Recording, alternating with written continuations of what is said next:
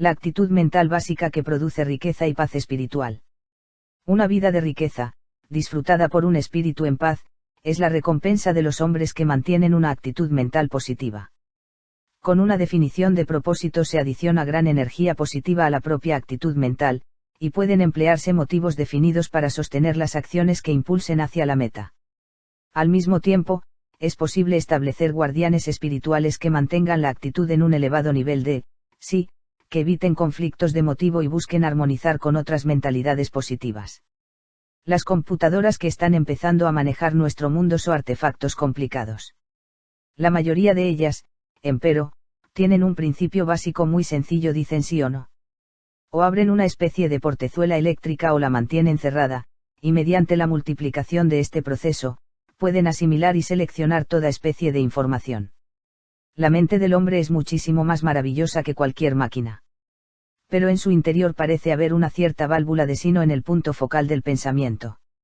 Es como si la percepción de una circunstancia de la vida, enviada al cerebro por los sentidos visual, auditivo, etc., arribase a ese punto de sino para ser procesada. La persona que mantenga una actitud mental negativa, se inclinará hacia el lado no, perderá lo bueno y vivirá con lo doloroso y dañino. Pero es que solo se trata de una actitud mental.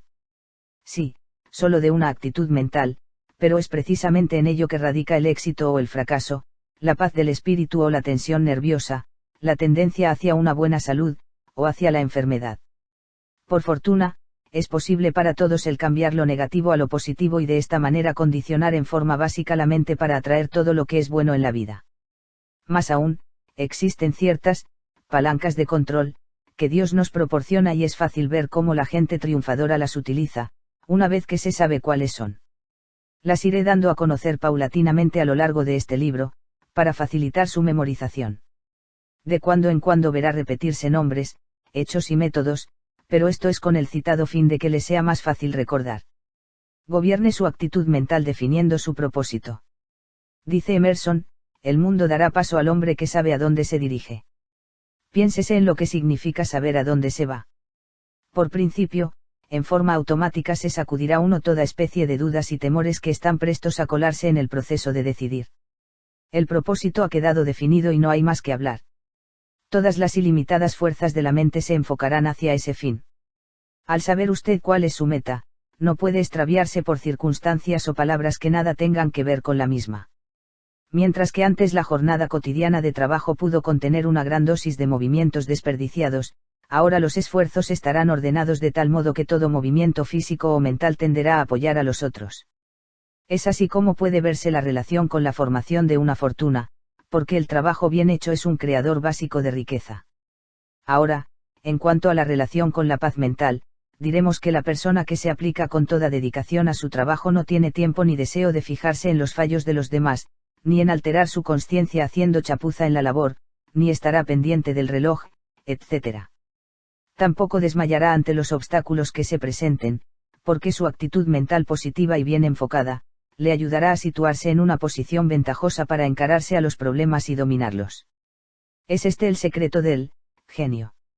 Antes he dicho que muchos eminentes hombres de éxito no poseen una inteligencia mayor que la de la mayoría de los seres humanos. Sin embargo, las realizaciones logradas por ellos son de tal magnitud que se puede decir que son unos genios.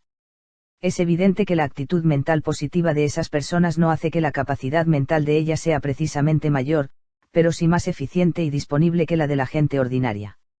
En mis conversaciones con hombres como Henry Ford, Andrew Carnegie y Thomas Edison, me encontré con espíritus libres de todo temor y duda, que por ello estaban en condiciones de hacer lo que desearan. Andrew Carnegie sabía bien lo necesaria que era una actitud mental positiva. Antes de que me comisionara para realizar mis largas investigaciones y entrevistas a efecto de hallar los factores concurrentes al éxito humano, me probó para cerciorarse acerca de mi actitud mental. Con una mirada penetrante desde el otro lado del escritorio, me dijo aquel hábil escocés. Hemos charlado ampliamente y le he propuesto la mayor oportunidad que un joven puede tener de hacerse famoso, rico y útil. Bien, si le he escogido a usted entre 240 solicitantes, si le presento con los más destacados hombres de éxito de Estados Unidos, si le ayudo a obtener la colaboración de ellos para encontrar cuál es la verdadera filosofía del éxito, dedicará usted 20 años de su vida a esa tarea, ganándose al mismo tiempo el pan como pueda. Hemos discutido lo suficiente este asunto y quiero que me conteste sí o no.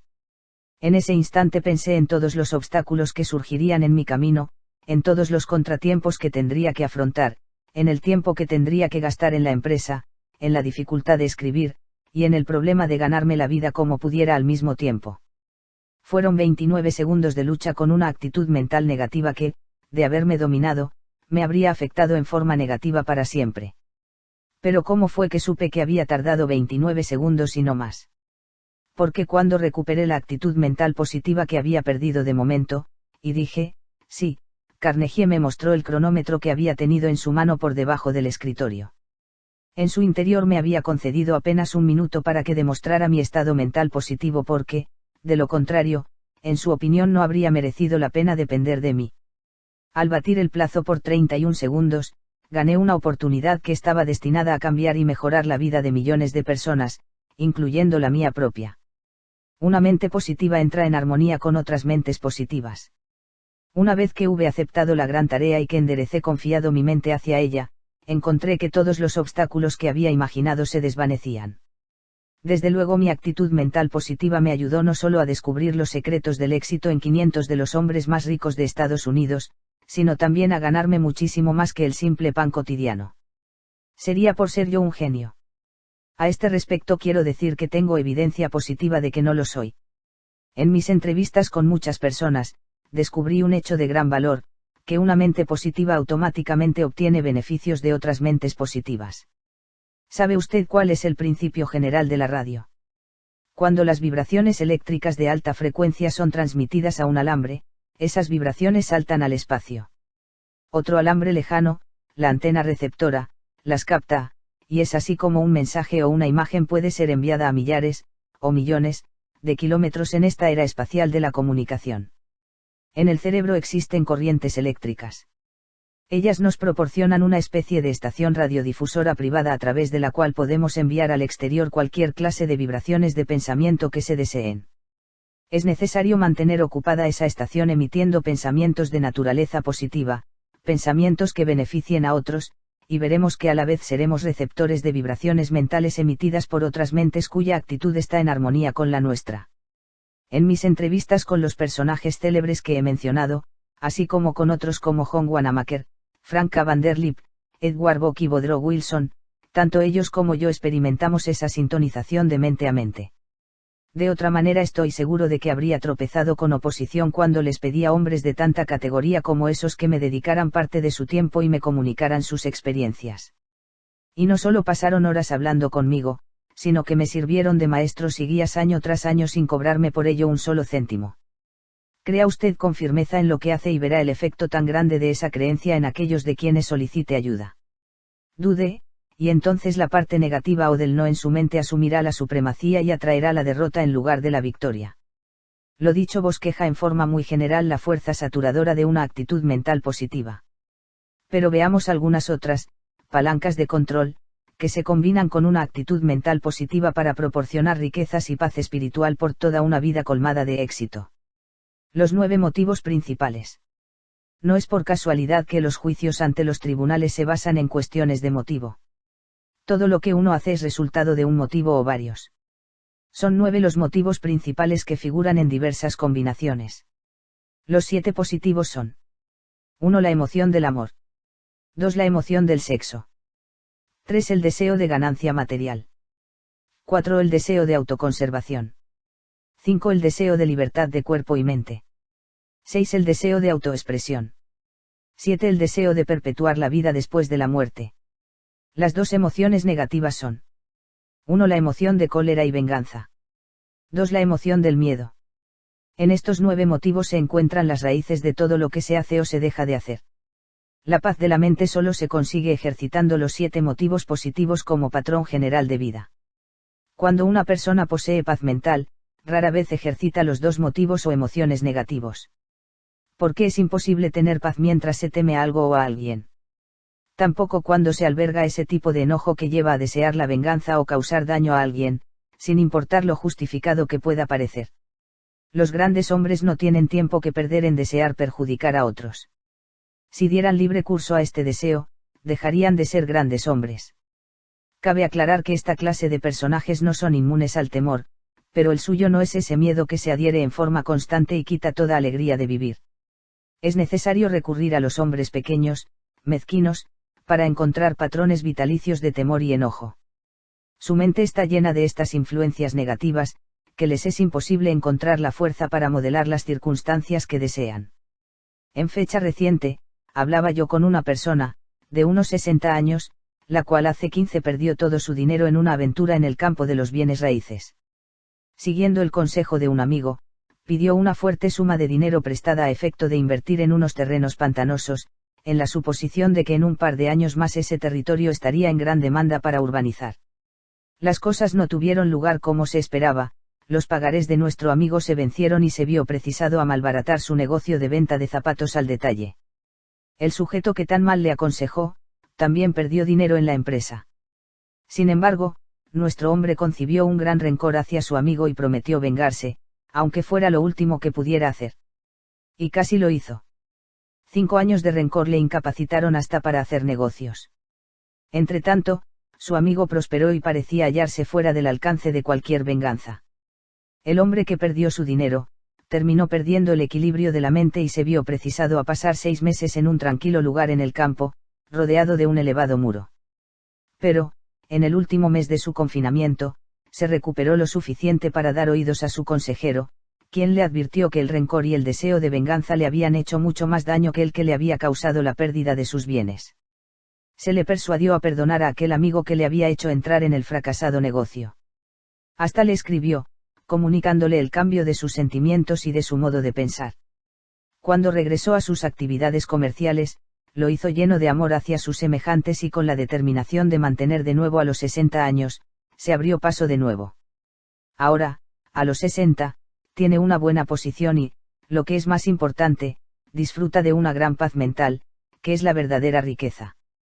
Yo mismo me he visto aquejado de los efectos causados de tiempo en tiempo por motivos negativos.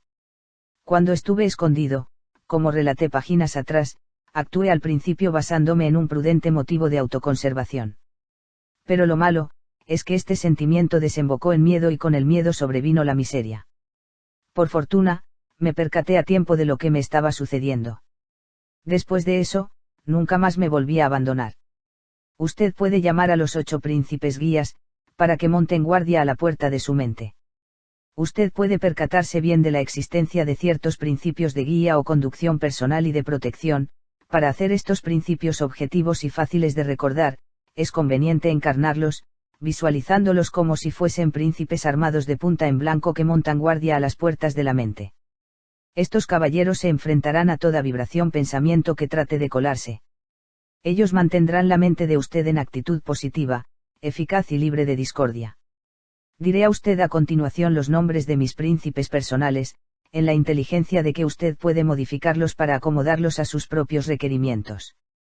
Príncipe de la paz mental. Este vigila la puerta exterior y les pregunta a los forasteros que quieren entrar si vienen en paz para que puedan compartir mi paz. Si la respuesta es negativa, los expulsa sin contemplaciones. Príncipe de la esperanza y la fe. Este admite solo aquellas influencias que contribuyan a mantener mi espíritu alerta y firme en la creencia de lo que es mi misión en la vida. Príncipe del amor y del romance. Deja entrar en mi mente solo aquellas influencias que mantengan siempre fresco el amor en mi corazón. Príncipe de la buena salud. Él conoce bien cuáles son las influencias mentales que pueden acabar con la salud, y deja pasar solo a los estados de mente que ayuden al cuerpo a mantener su vigor. Príncipe de la seguridad económica. Cuando le hago montar guardia, se niega a admitir pensamientos que no me traigan un beneficio económico. Príncipe de la sabiduría. Está encargado de dejar pasar solo ciertos pensamientos que aumenten mi acervo de conocimientos, cuando ve que me beneficiarán en lo personal, o que servirán para que yo ayude a otros. Príncipe de la paciencia. Rechaza toda clase de impulsos precipitados, que lleven a emprender tareas preparadas a medias o a impacientarse con el poder del tiempo. Príncipe de Normil. Normil es una palabra de hondo significado personal para mí, la diseñé para mi uso privado. Combinando ciertos vocablos tiene un significado que para cualquier otra persona no tendría sentido. Por lo tanto, conviene que usted confiera el título que más le convenga a este príncipe de carácter tan personal. Vigila también junto con sus hermanos. Estos, de vez en cuando son relevados de su guardia, por ejemplo, es difícil que uno desee de una manera constante mantener fuera toda clase de pensamientos, excepto los que tengan que ver con la seguridad económica. Pero para esto se encuentra siempre dispuesto este príncipe especial y personal, que representa todas las influencias especiales de carácter personal en la vida. Normil es mi embajador especial y extraordinario que lleva a cabo servicios no asignados a los otros miembros de mi invisible y principesca familia de guías. Tan pronto como tenga usted plena conciencia de la existencia de su grupo de príncipes espirituales, le servirán para concentrar todas sus fuerzas en la resolución de algún problema, o para establecer lineamientos especiales de defensa. Hay ocasiones en que trato con alguien cuya actitud antagonista empieza a invadir mi paz del espíritu. Bien, entonces pongo sobre aviso a mi príncipe de la paz mental, quien al punto se hace cargo de los baluartes con fortaleza redoblada y de nuevo puedo recobrar la calma y el dominio de mi espíritu. O vamos a decir que siento algún dolor o mal físico. Entonces llamo al príncipe de la buena salud para que tome a su cargo la defensa y obtengo un buen resultado con ello. Afirmo haber recibido beneficios curativos cuya explicación se encuentra más allá de las capacidades de la ciencia médica. Mis príncipes guías reciben una cierta gratificación por sus servicios. Su paga es mi gratitud eterna. A diario les expreso esta gratitud, primero a cada uno de ellos y luego a todos en conjunto. Esta expresión de gratitud verá usted que constituye una gran ayuda a mantener la mente alerta a sus propios poderes. Cuando llego a descuidar este acto, mis príncipes a su vez descuidan sus deberes. Cuando de nuevo vuelvo a estar consciente de que poseo fuerzas espirituales a mis órdenes, ellas vuelven a cobrar fuerzas, como antes. No se permita que el motivo de la ganancia material entre en conflicto con el de la libertad. La libertad física es fácil de ver y comprender, pero la libertad espiritual es algo muy sutil. El temor y el enojo colocan a la mente en una especie de prisión. El sentimiento de culpa la encadena. Permítasenos al respecto intercalar un chiste a pesar de lo serio que es el asunto que estamos tratando. Resulta que a un hombre se le persuadió a que se conociera a sí mismo. Al punto se hizo encadenar a su cama, a efecto de no poder levantarse y registrar sus propios bolsillos en la noche para robarse. Con demasiada frecuencia el motivo de la ganancia material, excelente en sí, entra en conflicto con el también magnífico motivo de la libertad de cuerpo y alma, porque al ganar los bienes materiales prescindimos de nuestra libertad de espíritu. La cosa es que cargamos de miedo a la mente porque no actuamos con honestidad. Además, quien hace dinero valiéndose de medios deshonestos, ventajeando a sus semejantes, se roba a sí mismo esa auténtica alegría que acompaña a todo éxito honrado. Cuando se siguen al pie de la letra las reglas de un juego y se gana, se trabaja en favor de la propia alma. Cuando se hace chapuza y se gana, usted podrá llamarle a eso una ganancia, pero en realidad es una pérdida. Me considero afortunado de haber empezado a abrirme paso muy temprano en la vida, ya que debido a esto aprendí muy pronto las lecciones que la vida nos depara. Permítaseme hablar de una experiencia que tuve cuando desempeñaba mi primer trabajo. Acababa de salir de la escuela comercial y no tenía ninguna experiencia de las cosas de la vida y de los modos de ser de los hombres. Mi patrón era dueño de varios bancos. Había colocado a su hijo como cajero en uno de ellos, ubicado en una población distante. Una noche, el gerente de un hotel de ese lugar me llamó por teléfono para informarme que el hijo de mi patrón se hallaba metido en una grave dificultad. No le había sido posible comunicarse con el padre de él, o sea mi jefe. De inmediato cogí el tren y arribé al lugar de Marras a la mañana siguiente. Cuando llegué al banco, me encontré con que las puertas estaban cerradas, pero sin echar la llave. Adentro, la caja de caudales estaba abierta de par en par, y los hermosos billetes verdes se hallaban esparcidos en el mostrador del pagador. Cerré la puerta y tomé el teléfono. Logré comunicarme con mi jefe y le dije por qué había ido a esa ciudad y lo que había encontrado a mi llegada. Grandemente impresionado, me dijo, cuente el dinero. Revise los libros. Haga un giro a mi cargo por cualquier descubierto que encuentre. Me puse al punto a contar el dinero. Para mi sorpresa, no faltaba un solo céntimo. Estuve un rato contemplando los rimeros de billetes. Mi juventud había sido trágica, turbulenta y pobre.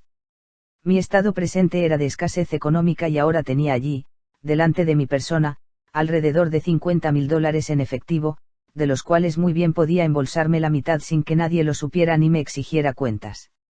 El hijo de mi patrón ostentaba claras señales de desequilibrio mental.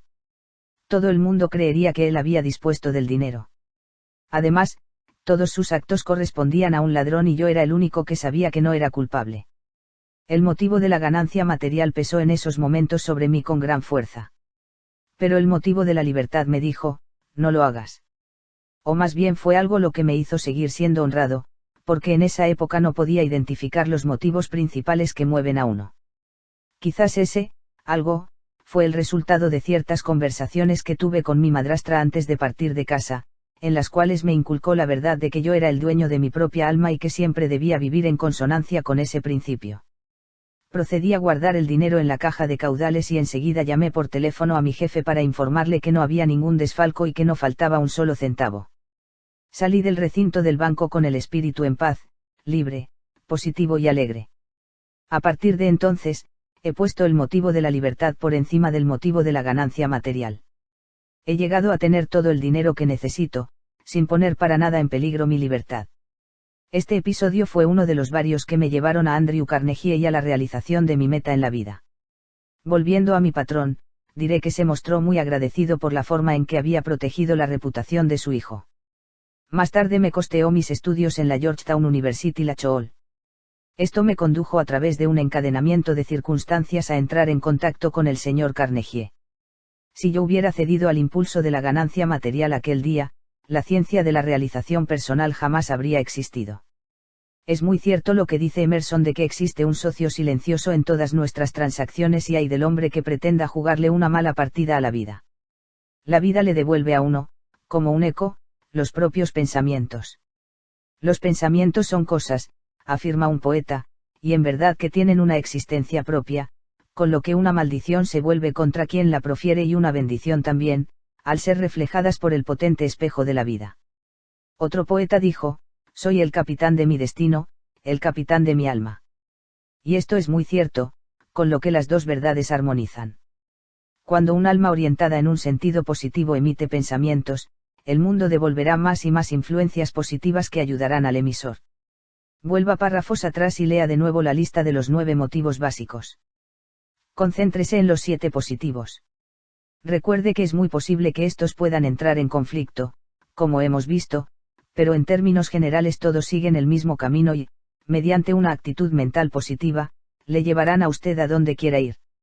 No diremos adiós a esos motivos positivos sino hasta haber llegado al término de este libro, pero permítasenos hacer su elogio en forma breve. El amor tiene una proyección ilimitada. Véasele con respeto, ya que está en armonía con el Eterno.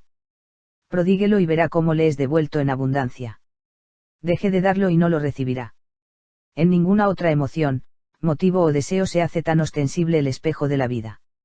El sexo es la gran fuerza creadora del universo.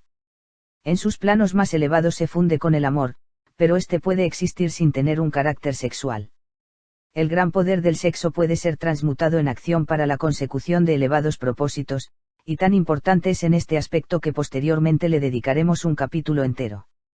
Por otra parte, el sexo muy bien puede ser falseado o mal empleado, y este disfraz acarrea aflicción y problemas a la humanidad, confiriéndose a sí mismo una inmensa mala reputación. La autoconservación puede convertirse en una fuerza negativa cuando se la busca sin consideración a los derechos de los demás. Está puesta por la naturaleza para que sigamos viviendo. Aún así, el ser humano reclama la prerrogativa de alzarse contra ella. Cuando un barco se hunde, se da preferencia en el salvamento a los niños y las mujeres, y existen otros casos similares que expresan nobleza en el espíritu humano. La autoexpresión es parte de la búsqueda del propio ser. Porque el ser uno mismo es parte de la libertad propia. Por tanto, tiene un carácter positivo, constructivo e infinitamente valioso. Pero hay que tener cuidado de que los propios medios de autoexpresión no dañen o perjudiquen a otros. La perpetuación de la vida después de la muerte es una de las convicciones y motivos más antiguos de la raza humana. Es necesario limitarla por el sentido común y una auténtica comprensión de la relación propia con ese cambio conocido con el nombre de muerte. Cuando está envuelto en supersticiones y temores, este motivo conduce a la infelicidad. Puede convertirse la vida en una exclusiva preparación para la muerte y con esto entorpecer el desarrollo de la civilización. El camino más seguro de hallar la paz del espíritu. El camino más seguro para hallar la paz del espíritu es el que ayuda a la mayor parte de las personas a encontrarla. Este principio debe ser la guía para emplear las grandes fuerzas motivadoras, es entonces cuando usted sabrá cómo usarlas correctamente, sin pervertirlas. La oración proporciona paz espiritual.